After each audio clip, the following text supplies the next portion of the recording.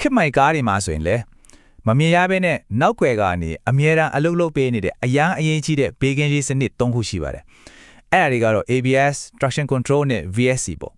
ဆိုတော့ဒီစနစ်တွေကရင်မောင်းတရကိုအန်ဒီယာကနေဘယ်လိုတွေကာကွယ်ပေးနေတယ်လဲဆိုတာကိုတစ်ချက်လောက်ကြည့်လိုက်ကြရအောင်ကဲဒီလိုလေးစဉ်းစားကြည့်ကြရအောင်ကားတစ်စီးထင်းချုံမှုမလွတ်ခင်အဲ့ဒီစစ်ခန့်ဝက်လောက်အချင်းလေးအတွင်းမှာဘာတွေဖြစ်သွားနိုင်လဲဥပမာပေါ့နော်ကားမောင်းနေရင်ရှေ့မှာရွတ်တရက်အတားအဆီးတစ်ခုပေါ်လာလို့ကမကရန်ရှောင်လိုက်ရတဲ့အခြေအနေမျိုးကိုမြင်ရောက်ကြည့်လိုက်ပါကားကထင်းချုံမှုလုံးဝလွတ်သွားတော့တဲ့အဲ့ဒီအချိန်လေးမှာပဲလူတယောက်ရဲ့တုံ့ပြန်နိုင်စွမ်းတဲ့အစောပေါင်းများစွာပုံမြန်တဲ့ဒီ system တွေကအလိုလိုပြီးတာဖြစ်နေပါပြီဟုတ်ကဲ့အဲ့ဒီစနစ်ဒီအားလုံးရဲ့ခြေခံအုံးမြစ်တော့ anti lock braking system အတိုးကောက်ခေါ်ကြတဲ့ ABS ပါပဲ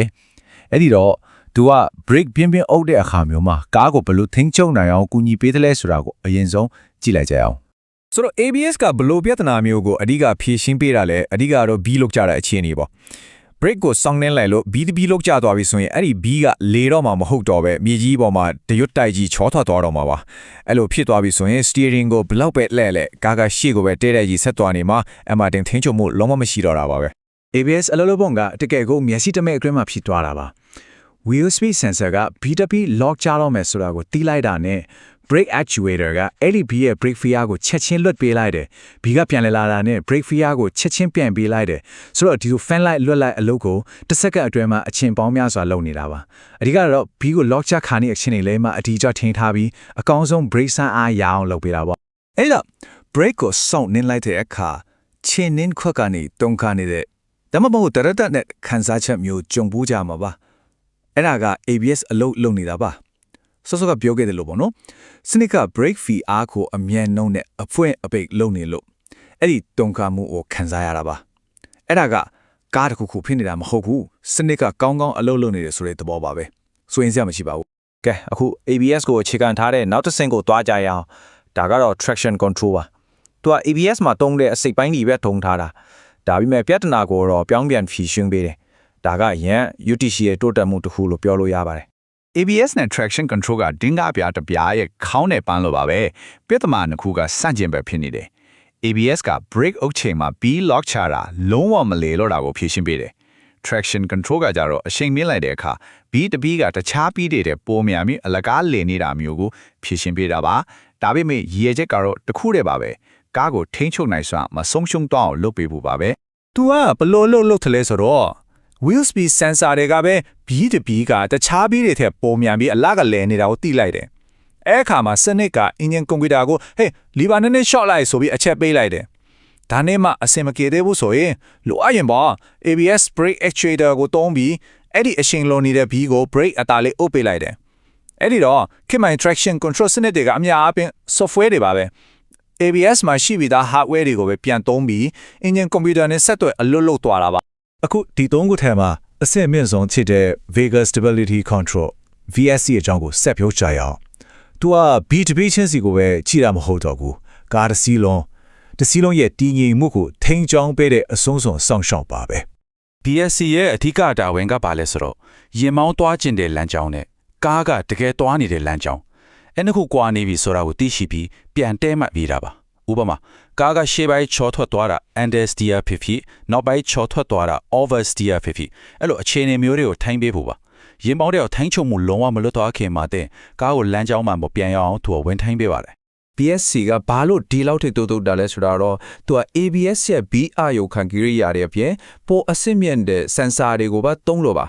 ဥပမာ steering angle sensor ကရင်မောင်းက steering ကိုဘယ်ဘက်ကိုလဲထားလဲဘယ်ကိုသွားကြံလဲဆိုတဲ့ရည်ရွယ်ချက်ကိုသိတယ် your rate sensor ကကြတော့ကားကဘေးတိုက်ချော်နေလားလဲထွက်နေလားဆိုတာကိုတိုင်းတာပြီးတယ်အဲ့ဒီချက်လက်တွေအကုန်ပေါင်းပြီးတော့မှပိုပြီးတိကျတဲ့ထင်းချုံမှုတွေကိုလုံးလိုက်တာပေါ့ဒီစကားကိုကြည့်ရင် VSC ဘယ်လောက်ကြီးလဲဆိုတာသိနိုင်ပါတယ်သူကရန်ကိုမြန်ဆန်ပြီးပြတ်သားရတယ်ဘာလို့လဲဆိုတော့မျက်စိထမိတ်လောက်လေးနောက်ကျပါတာနဲ့ကားကိုပြန်ထိန်းကိုမဖြစ်နိုင်တော့လို့ပါဒါကြောင့် VSC ဝင်ထိန်းတဲ့အခါကားထဲမှာတတိပေးတန်းနေမိတာကားကစောင့်ပြီး brake လိုက်တယ်လို့မျိုးနည်းနည်းချမ်းတဲ့ခံစားချက်မျိုးကိုခံစားရနိုင်ပါတယ်ဒါကကားကိုချိုထမတော့အောင်အကင်းပြန်ဆွဲထိန်းနေရလို့ပါကဲ theory တွေပြောပြီးပြီဆိုတော့အခုလက်တွေ့ကြတဲ့အပိုင်းကိုတွားကြရအောင် dashboard ပေါ်မှာဒီစနစ်တွေနဲ့ပတ်သက်တဲ့သတိပေးမီးတွေလင်းလာတဲ့အခါဘာလို့ဆိုလို့တလဲ ဘာတွေဖြစ်တဲ့တယ်လဲဆိုတာကိုနားလည်ထားဖို့လိုပါတယ်အရင်ဆုံးမှတ်ထားရမယ့်အရေးကြီးဆုံးအချက်ကတော့ဒီစနစ်တွေကတစ်ခုနဲ့တစ်ခုဆက်နေတယ်ဆိုတာပါပဲ ABS ကအခြေခံအုံမြစ်သူကအဓိကပေါ့ traction control နဲ့ VSC က ABS ရဲ့အာယုံခံကိရိယာတွေ actuator နဲ့ပြီးခေါ်ပြီးလို့ရတာအဲ့ဒီတော့ ABS စနစ်မှာပြဿနာတစ်ခုခုရှိတော့ပြီဆိုရင်ကြံတဲ့စနစ်တစ်ခုကလည်း domino ပြို့တော့လို့ပဲအလုပ်လျော့အလုပ်မလုပ်တော့ပါဘူးဒါတော့တော်တော်များများကြုံမှုကြပြီးအရန်ကိုမီးများတဲ့မီးခွန်းတစ်ခုပါ check engine မီးလင်းလာတာနဲ့ VSC မီးနဲ့ traction control မီးတွေပါတခါတည်းလင်းလာတော့အကုန်လုံးပြက်ကုန်ပြီလားဆိုပြီးစိတ်ပူတတ်ကြတယ်တကယ်တော့ဘာကြောင့်ဒီလိုဖြစ်ရတာလဲအဖြေကတကယ်တော့ရှင်းရှင်းလေးပါ traction control နဲ့ VSC ကအလုံးလုံးဖို့လိုတဲ့အခါ engine ရဲ့ power ကို short ချဆိုလို့တယ်လေ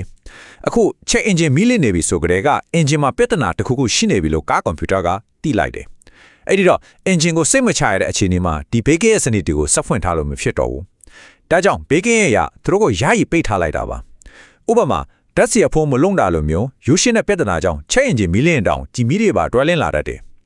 အဲ့ဒီတော့ပြဿနာက VSC မှာမဟုတ်ဘူး engine မှာပါ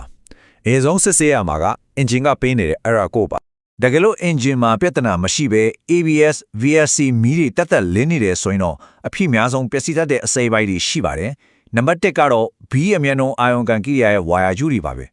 ဘာလို့လဲဆိုတော့သူတို့က B နဲ့အတူအမြဲလို့ရှာနေရတယ်ရေဖုံးအပူရန်အကုန်ခံရတော့ပျက်စီးဖို့လွယ်ကူပါတယ်